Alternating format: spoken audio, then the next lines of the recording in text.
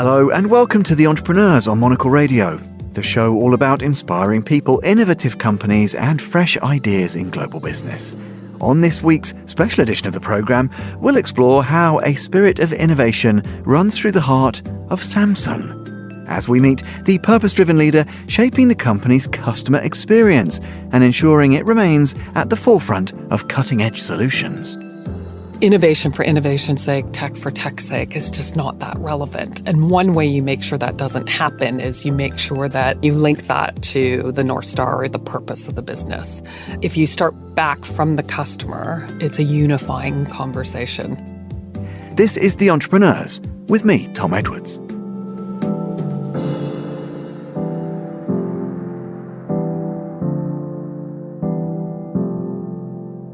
You're listening to The Entrepreneurs. Deborah Honig is the Chief Customer Officer for Samsung Electronics in the UK and Ireland. Deborah began her career at McKinsey, specialising in strategy, marketing and commercial leadership, before holding senior roles at various global powerhouses like Nike, Amazon and Starbucks. With a wealth of experience in brand development and leveraging data and tech to enhance customer service, Deborah's driving growth and deepening customer connections at the brand. She stopped by Midori House to discuss how Samsung is fostering a culture of creativity and leveraging its vast ecosystem to tackle real-world challenges. Deborah began by telling me about the intricacies of her role and the key priorities that shape her day-to-day work. That's a really exciting time and a really exciting role that I'm in. It really does, it's mark what I'd say is the next chapter in Samsung's evolution, this role, which is about bringing the breadth of our products and services together in a way that allows us to give the best possible solution to customers. We have been innovating at Samsung for decades, developing products that solve problems, break down barriers. But I think until now, I would say a lot of those products worked in isolation. Whereas with where we are with technology and with AI, for example, which we'd rolled out to the breadth of our portfolio, there's not only benefits to understanding and connecting what happens on a particular device, but actually being able to understand and use the power of the whole ecosystem. So a role like this, which integrates that and really puts the customer at the heart of it, really gives us an opportunity and really, what I think about gives us an opportunity to figure out both how to bring the best solution to a customer, also how to communicate and educate a customer based on where they're entering our portfolio of products and services or what their lifestyle is and serve them better than we've ever been able to do before. An exciting journey. And I always wonder with especially companies that are built on technical innovation, how do you, if you've got a strategic oversight role, ensure that you can keep pace with something like AI? We know the pace of development is so fast. How can you bring that longer term strategic thinking whilst being as reactive as you need to be with technology that changes that fast? Is that, I guess there's an opportunity as well as a challenge there, right? Absolutely. And I think it's one of the things that keeps this role really interesting. So look, at Samsung, I think we've been working on AI for a long period of time. So it's not that today what you're seeing in the market is a manifestation of just something we thought of doing in response to the fact that it's on everyone's mind or a topic of conversation. So we've got 7 research centers around the globe, including one in the UK. We've been thinking about and using AI on device for, as I said, a number of years. What's really interesting about now is, as we're a large developer of generative AI and one of the largest consumer portfolios of AI, and bringing those benefits in a really tangible way to our whole portfolio this year means a number of things. One is we can see and we understand how they interplay with each other, but also we can see how consumers are responding and adapt both our prioritization and evolution of the technology we start to bring out, but also our communication, our education, our routes to market to support people in that. So I think that's, as said, it's both long-term in terms of our thinking and knowing that we are here to solve problems and bring enhanced capability into our products and our portfolio, but shorter term in that we can understand and get a sense check of what are people adopting, what are people really using, and then how do we lean into that and support them in that journey, and what do people not understand and not adopting and what those barriers are. And so I think that's a real-term reaction and a real-time thing that we can actually keep track of. And I think what's interesting is there's been, obviously, as you said, there was so much white noise around AI the last 2, 3, 4 years, lots of newer entrants into the market. But actually, I think the businesses that are best making the case for its transformational power are exactly as you said, those companies that were way ahead of the curve. They've been using and integrating this technology, understanding what its potential was for a lot longer and making a best use case. I wanted to ask you about this because I know that you are I don't know if to say an advocate, but you've talked about the potential for AI to support maybe underrepresented groups and be transformational in that way. Now, this plays against a lot of the prevailing narratives around, AI has inbuilt biases because those who programming it in their own image and so forth. Tell me a little bit about why it can foster that kind of progressive development in terms of tech, access, policy, because that is a little bit different than some of the prevailing view. So tell me why you have confidence that it can achieve that. No, I think it's a brilliant question. There's a couple points to this that I think are important. One is if we just think about accessibility to the broader nation. I mean, I'll take a group of entrepreneurs, for example. If you compare entrepreneurs to big business, I think one of the things that we know happens when you're starting up a business is that you generally don't have access to the same budget and the same resource that a larger company does. So how do you get your amazing ideas or products into the market in that very busy kind of what used to be large barriers to enter scenario? Well, this is an example of where AI really comes into great practice. So, the tools that we've rolled out, for example, through Galaxy AI over the last year, put editing and photo suites into the palm of your hands, allowing you to create slick marketing materials without the budget or the software that you would have had previously. They can take automating tasks like administrative tasks, back office tasks, supply chain tasks that, again, you would have had to have large systems and groups of people to do. And they can make that actually much more possible. And if I think of anybody like an entrepreneurial group or a new person starting out who is probably trying to run a business, run their home, and run a marathon at the same time, I really think that the tools that we're putting out into the market to help you do that are really powerful and do really start to help level the playing field. Well, can you elaborate, Deborah, on how those tools specifically help entrepreneurs to overcome barriers to entry? Or how should they actually be using them? I'd encourage people to actually start to try and use them. We're seeing a lot of people adopt them and use them in different ways. We're actually seeing them even come through sometimes from big companies in award-winning marketing. And so I think that's one way I really see it playing a role. I think secondly, as we think about developing, we make sure that we're developing for a broad consumer base rather than just the mainstream. So we make sure we're using tools like we have AI voice amplifier, for example, that we've rolled out into our TV portfolio. That allows the technology, for example, to pick up the sound of a dialogue, reduce the sound of background noise, and make that more accessible. You can hear that better. I mean, that is actually quite helpful in general. I find that quite helpful. But also you can imagine to people who have more challenges with hearing. So it makes the technology is being used in a way that it makes it useful to a large group of people, not just like the average person in the UK. And then lastly, I do think there's a really important role to play for how we think about the ethics behind how we're developing it and the fact that we're transparent about how we're using it, and where we have opt-in AI capabilities that consumers are made aware of that and that they're given a choice. And so on both those fronts, I think Samsung is very progressive and very proactive. We work with industry and government bodies in the conversation. We do make our use of AI, for example, in photo editing transparent. We put watermarks on the photographs. We embed it in the metadata. We've rolled out Galaxy AI to older models, not just the newest models, where people opt into it. What's amazing is we're seeing millions of people around the globe opt into it and use it, but that's actually an opt-in piece. And we think about designing AI into on-device and into network.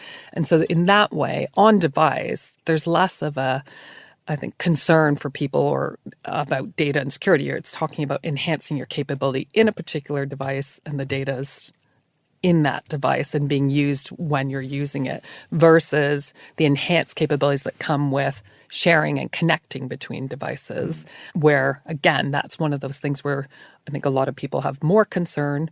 We really focus on the security behind it. We have an amazing security platform, but we also make that an opt-in service, right? And I think so much of that is about having an established trust, of course, with your consumer, but also the effectiveness of your storytelling, as a corporate, getting people excited about products.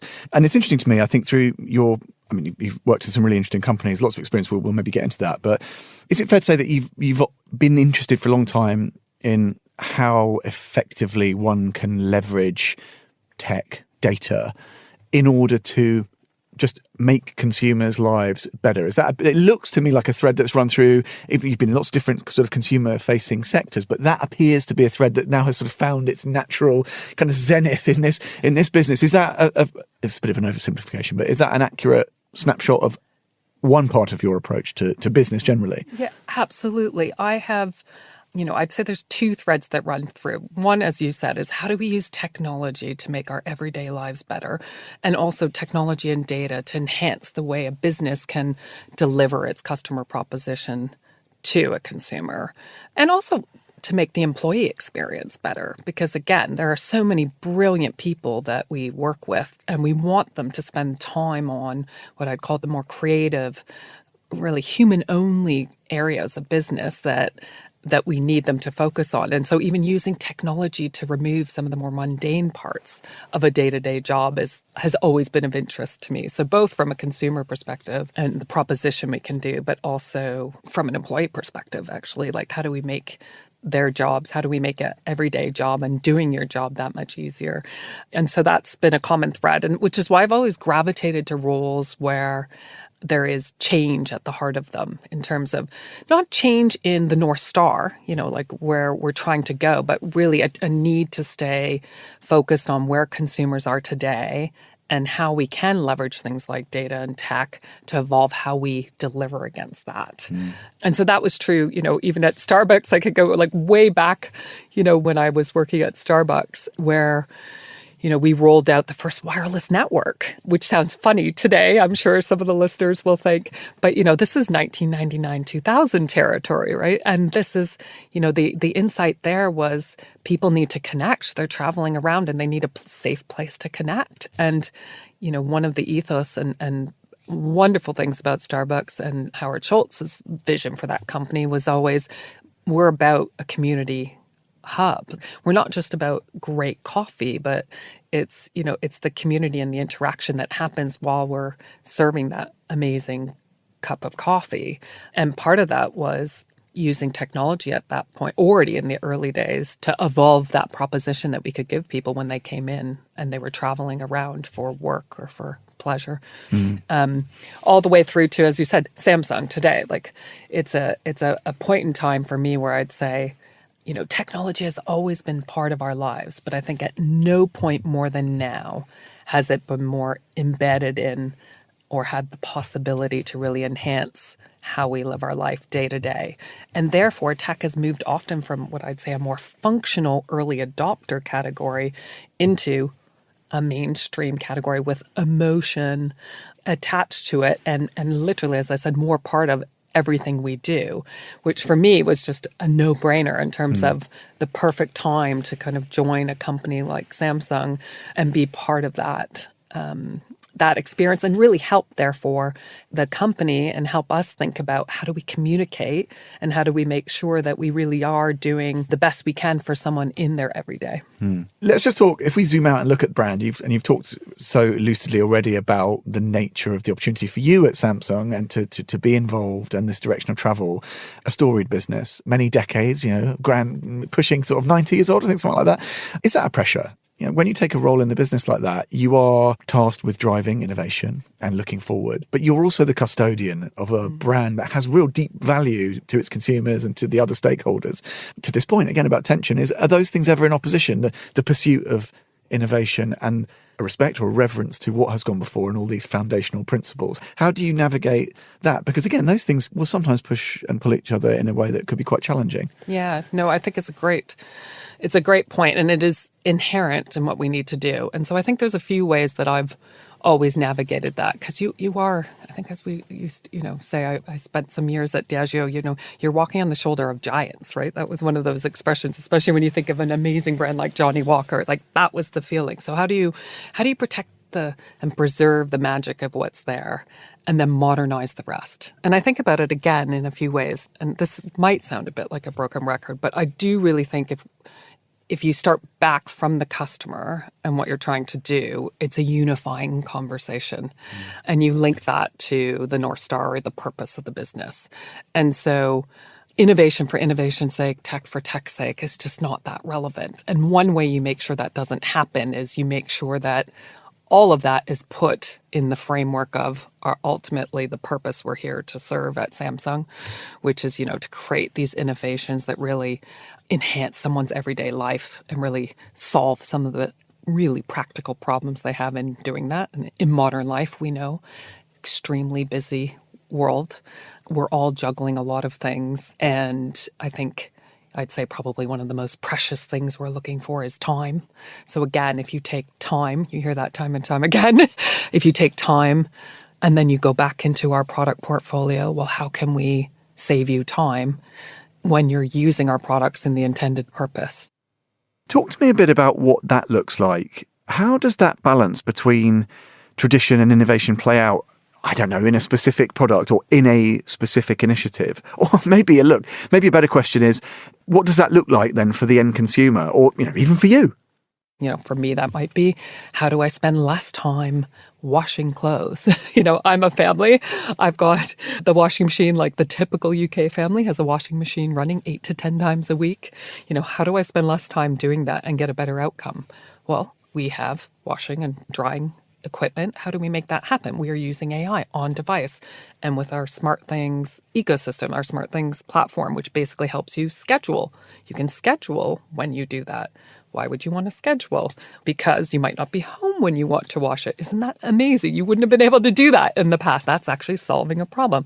Or, another problem, as we head into October, things like energy prices, as we know, the energy cap coming off, well, actually being able to do things when it's not expensive or when the energy is renewable. That's what things like this advance in scheduling and managing your appliances at home can do. So again, really practical, but actually solving a real problem today. And so I think that's one of the things where it's, again, if you make sure what you're doing, so I'm just giving you examples of how that comes to life in a laundry machine, is what you're doing and what you're innovating against goes back to a core function that you're trying to solve. It's actually relevant to consumers every day, and then you're building the products and services on it that fit. I think it helps you. You're not defying what Samsung has been trying to do. You're just evolving how we do it. That's really interesting, Deborah. And I wonder, within this team or maybe former teams that you've led before, how do you marry up that notion of integrating brand legacy then with encouraging people to chase innovation, to take risks? It's a difficult thing. Well, maybe it isn't difficult to do. How do you encourage that? It's really important culturally to have people want to innovate and to not be afraid to try and fail, and then to set your business up to do that. And so that's one of the things that I've carried through both the teams I've led, but as part of the leadership. And you can do that in some really structural ways where, in Samsung, for example, we have an innovation consumer lab, which you can push as an employee ideas into this lab, get support for developing them, and those that rise to the top actually get seeded or built into products or funded. I think we had some at CES this year. We announced how to help with physical and health in the metaverse was one of the ones that came out, or 3D imaging online, like a few different things where, we encourage that. We also do it structurally with our consumer base. And in particular, we're really interested in making sure that our youth have an opportunity to use technology and help us think about how to use technology in a way that solves the problems of today and tomorrow. So we have a Solve for Tomorrow program where we work with school-age students across the country. We give them an opportunity to help and to educate them on design principles and technology, and then really help their ideas and them develop their ideas to come up with solutions. And the winners, as the ideas that rise to the top, they get funding and extra mentorship to make that a reality. So things like that is structurally. And then more culturally, as I said, really celebrating, I think, is important. Really celebrating this idea of never been done before, which is a very Samsung thing. Never been done before, but against a purpose that we've all agreed to is a big ethos. So we have a lot of awards, recognition, and communication that focuses on that.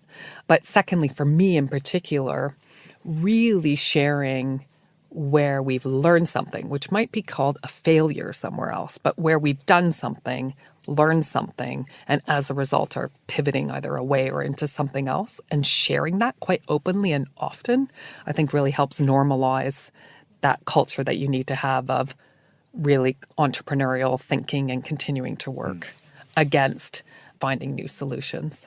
Super interesting.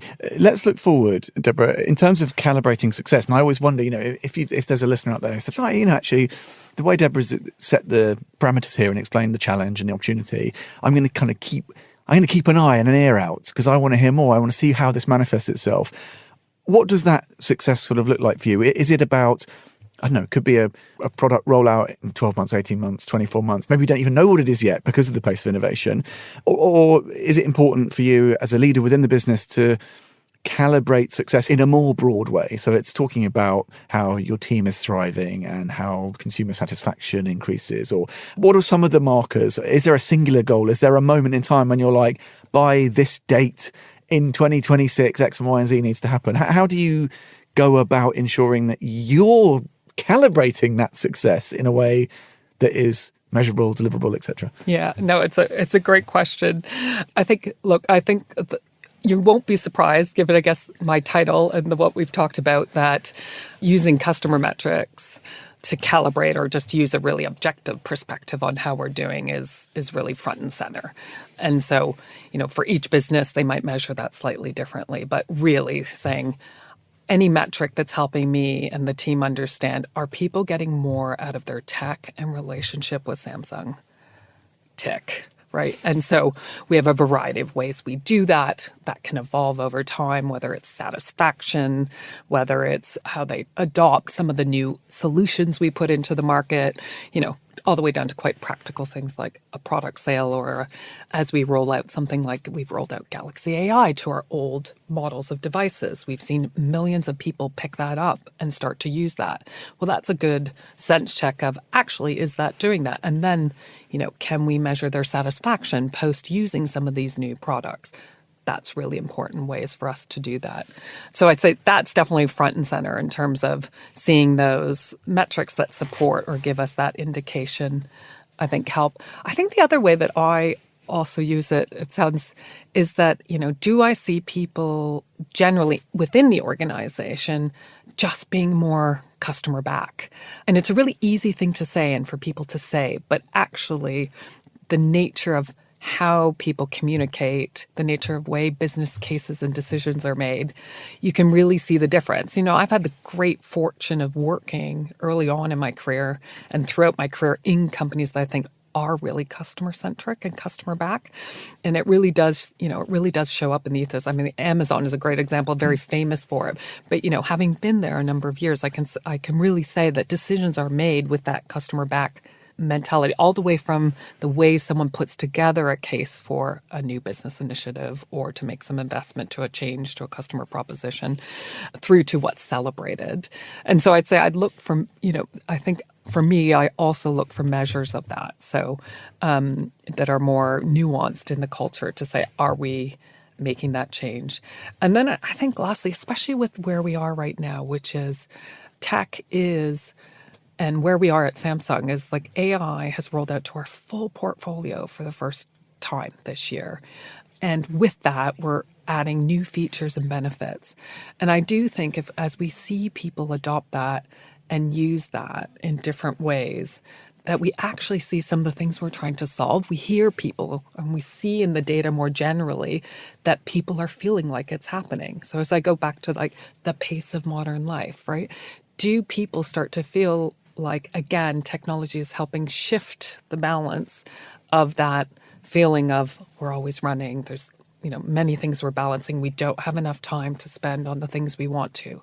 And do we see that shift over time, given we're such a large brand, we're such a in people's lives across, their homes, their work, their play. If we can start to see that needle shift, then I feel like, again, we know we've made a difference. That was Deborah Honig, the Chief Customer Officer for Samsung Electronics in the UK and Ireland. You can find out more about the brand and the work Deborah and her colleagues do by heading to samsung.com. Or if you're in London, do check out the retail space at Samsung King's Cross for an immersive in-store experience.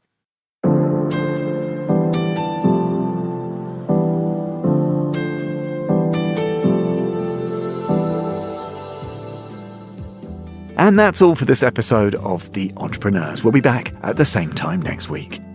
The Entrepreneurs was produced by Laura Kramer with audio editing by Jack Dewars. Listen again and find out more about the show at monocle.com. You can also follow us and catch up with the show wherever you get your podcasts. If you'd like to get in touch with the team, then do email Laura on lrk@monocle.com. I'm Tom Edwards. Goodbye and thanks for listening to The Entrepreneurs.